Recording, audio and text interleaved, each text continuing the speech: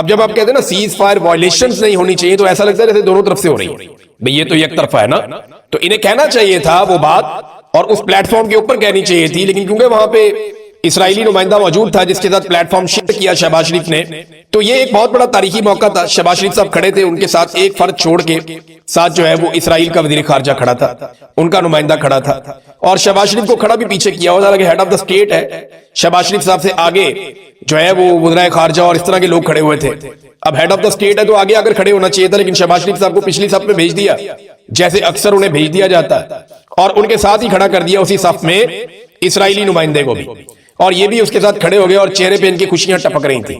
تو ایک تاریخی موقع ہے کہ شہباز شریف صاحب نے گیم اٹھائی ڈونلڈ ٹرمپ کی اور ساتھ کھڑے ہو گئے اسرائیلی نمائندے کے, اور اسرائیل کی مذمت بھی نہیں کی. میں پوچھنا چاہتا ہوں کہ یہ جو بتاتا ہوں آگے جا کے کہ شہباز شریف نے کیا کہا, لیکن دیکھیں یہ جو جماعت اسلامی, تحریک لبیک, فضل الرحمان, طاہر اشرفی, یہ بہت سارے نون لیگ کے لوگ جو ہیں وہ بھی, اور بہت سارے ہمارے دانشور ہیں, خاص طور پہ وہ پلاٹوں میں بھاگنے والا جو لال ٹوپی, یہ سارے اب منافقت کریں گے یا بتائیں گے کچھ؟ دیکھیں نا عمران خان کو تو یہ سارے کہتے رہے ہیں اکثر اوقات کہ وہ یہودیوں کا ایجنٹ ہے, جو کہ بہت غلط ہے, قابل مذمت ہے, ایسا کسی کو نہیں کہنا چاہیے, لیکن یہ سارے یہ کہتے رہے نا. تو اب یہ بتائیں نا کہ آج جو ہوا وہاں امریکہ میں, اس کے اوپر ان کا رد عمل کیا ہے, یا اس کے اوپر یہ کیا موقف رکھتے ہیں؟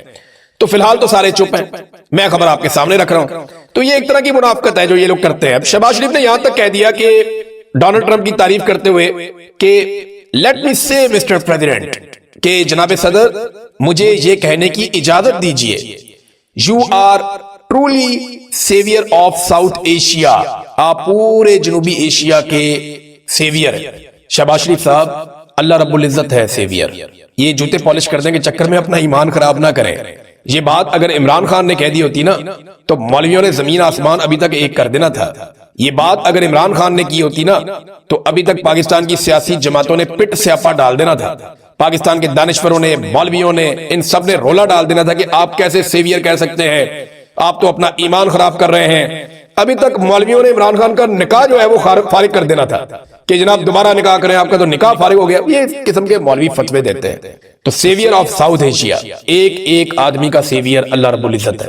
وہی جان بچانے والا, وہی جان لینے والا, وہی پیدا کرنے والا سب سے بڑا, سب سے طاقتور ہے. ہمارا یہ ایمان ہے. تو میں آپ کو آزاد کشمیر سے بہت اہم ڈیولپمنٹ دینے والا ہوں. یہ اب تک کی بریکنگ نیوز ہے, اور جو چیزیں اب تک طے پائی ہیں وہ میں آپ کے سامنے رکھوں گا. مذاکرات پاکستان کی ملٹری اسٹیبلشمنٹ کے نمائندگان اور جوائنٹ عوامی ایکشن کمیٹی کے بیچ میں ہوئے ہیں. دیکھیں جب عمران خان صاحب کہتے ہیں کہ مذاکرات میں نے ملٹری اسٹیبلشمنٹ کے ساتھ کرنے ہیں تو بہت لوگ تنقید کرتے ہیں. دیکھیں جن کے پاس اختیار ہے, جن کے پاس طاقت ہے, انہی کو پیچھے ہٹانا پڑے گا نا, انہی کو کہنا پڑے گا کہ ہمیں ہمارے حقوق واپس دیے جائے. سیاستدانوں کے پاس تو اختیارات ہے ہی نہیں, نہ ان کے پاس حقوق ہیں, نہ انہوں نے قبضہ کیا ہوا ہے. تو جس نے قبضہ کیا ہوا ہے آپ اسی کے ساتھ مذاکرات کریں گے. ایسا تو نہیں ہو سکتا کہ جن لوگوں پہ قبضہ ہوا ہے وہ آپس میں مذاکرات کرتے رہیں اور انہیں لگے کہ قبضہ چھوٹ جائے گا. تو جنہوں نے قبضہ کیا مزاحمت بھی ان کے خلاف ہوتی ہے, اور پھر بعد میں بات چیت کر کے انہی کو پیچھے ہٹایا جاتا ہے. بہرحال یہ جو عاصم منیر صاحب کے نمائندگان یا ملٹری اسٹیبلشمنٹ کے نمائندگان ہیں, ان کے بیچ میں مذاکرات ہوئے ہیں اور بہت ساری چیزوں پہ اتفاق رائے ہو گیا. اب تک جن چیزوں پہ اتفاق رائے ہوا وہ چیزیں میں آپ کے سامنے رکھ دیتا ہوں. اس سے پہلے شاید آپ کو کسی میڈیا نے اس کے بارے میں نہیں بتایا ہوگا, اور یہ ڈیولپمنٹ ابھی جاری ہے. اور اگر یہ چیزیں جو فائنل ہو چکی ہیں آلموسٹ, ان کی اپروول آ جاتی ہے, اور فائنل اپروول آپ جانتے ہیں کہ ملٹری اسٹیبلشمنٹ میں اوپر سے ٹاپ سے آئے گی. اگر یہ فائنل اپروول آ جاتی ہے تو اس کے بعد صورتحال یکسر تبدیل ہو جائے گی, اور پھر آپ آزاد کشمیر کے اندر کچھ اور دیکھیں گے. تو آزاد کشمیر کے جو لوگ ہیں ان کی محنت رنگ لائی ہے. جو چیزیں جن پہ معاملات طے پا گئے ان میں سب سے پہلی چیز یہ ہے کہ سیٹیں کم کی جائے گی. جو مہاجرین کی نشستیں رکھی گئی ہیں آزاد کشمیر کی اسمبلی میں, اور ان کا الیکشن کروایا جاتا ہے زیادہ تر پنجاب میں, اور اسی الیکشن کی campaign P M L N کر رہی ہے. یہ 12 سیٹیں تھیں. ان سیٹوں کو 4 سے 6 کے بیچ میں لانے کے لیے مذاکرات ہوئے ہیں, اور یہ 2 تجاویز موجود ہیں. جوائنٹ عوامی ایکشن کمیٹی نے جو فلیکسیبلٹی دکھائی, میرے خیال میں اس میں 4 سیٹیں رہ گئی ہیں, اور 6 سیٹیں دوسری جانب سے کہا جا رہا ہے. یہ بات پہلے بھی سامنے آئی تھی, تو اب دوبارہ یہ بات سامنے آئی ہے کہ وہ سیٹیں کم کی جائیں گی. نمبر 1 تو یہ ہے. نمبر 2, شوکت نواز میر صاحب واپس پہنچائے جائیں گے آزاد کشمیر میں, اور انہیں باقاعدہ رہائی کا طریقہ کار بھی ہو جائے گا, ان کو رہا بھی کر دیا جائے گا. تو ایک تو شوکت نواز میر صاحب کے حوالے سے بھی یہ ڈیولپمنٹ ہے, اور کچھ انفارمیشن جو ابھی تک کنفرم نہیں ہوئی وہ یہ بتا رہی ہے کہ جہاں انہیں رکھا گیا تھا راولپنڈی میں, وہاں سے انہیں کہیں اور شفٹ کر دیا گیا ہے, اور اگلے 24 گھنٹوں میں یا 48 گھنٹوں میں شوکت نواز میر صاحب منظر عام پہ ہوں گے. اس کے بعد جو نیکسٹ اس کے اندر ڈیولپمنٹ ہے وہ یہ ہے کہ 4th شیڈول کے اندر جن جن کے نام ڈالے گئے اس کا خاتمہ کیا جائے گا, اور فورسز کی بڑی تعداد میں واپسی ہو جائے گی آزاد کشمیر سے, جس کا سلسلہ شروع کیا جا رہا ہے فوری طور پہ. اگر یہ فائنلی یہ ڈرافٹ جو ہے اس کی دونوں طرف سے اپروول ہو جاتی ہے, کیونکہ یہاں پہ جو لوگ بیٹھے ہیں انہوں نے تو کچھ چیزوں پہ اتفاق رائے کر دیا ہے, اور بہت ساری چیزوں پہ اتفاق رائے پہلے بھی موجود تھا. اور ایک اور چیز جو اس کے اندر ہو رہی ہے وہ یہ کہ الیکشن مؤخر کیا جائے گا.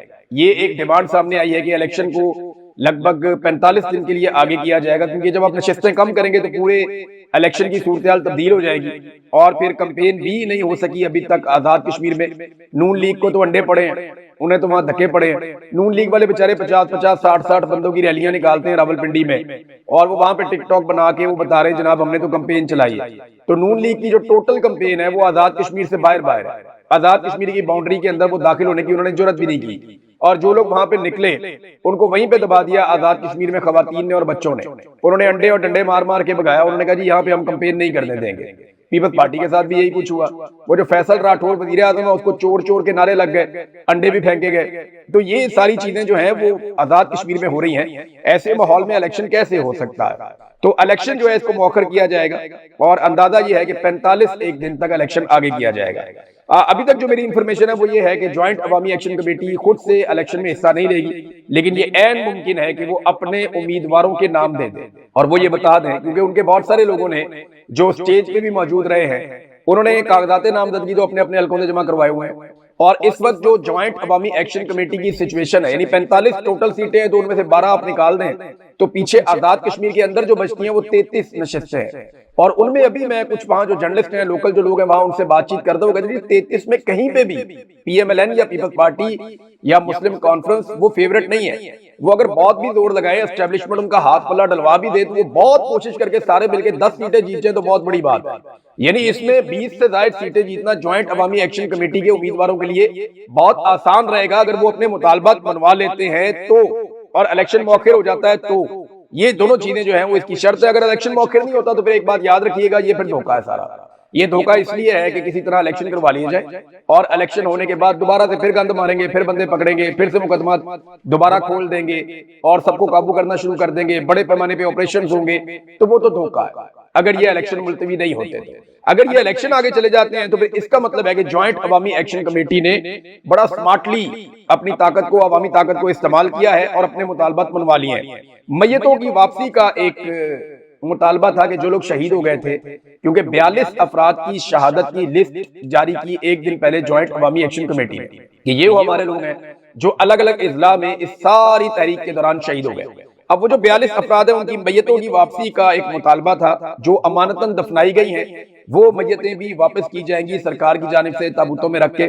تو یہ مطالبہ بھی تسلیم کیا گیا ہے جب دو طرفہ بات چیت ہوئی, اور مقدمات کا خاتمہ کیا جائے گا. یہ جتنی جعلی مقدمات بنائے گئے ہیں دہشت گردی کے اور الگ الگ قسم کے شرپسندی کی, تو یہ مقدمات کا خاتمہ بھی ہو جائے گا, اور یہ جو کالعدم تنظیم بنا دی گئی ہے یہ معاملہ بھی ختم ہو جائے گا, اور صاف اور شفاف الیکشن ہوں گے, اس کا ایک مطالبہ کیا گیا ہے. پاکستان میں یہ تو ایک ایسا خواب ہے جو کبھی بھی پورا نہیں ہوتا, لیکن آزاد کشمیر کے لوگ اگر صاف اور شفاف الیکشن کروا لیں اور وہ نتیجہ لے لیں جو لوگوں نے ووٹ ڈالا ہے, تو پھر آزاد کشمیر کی قسمت بدل جائے گی.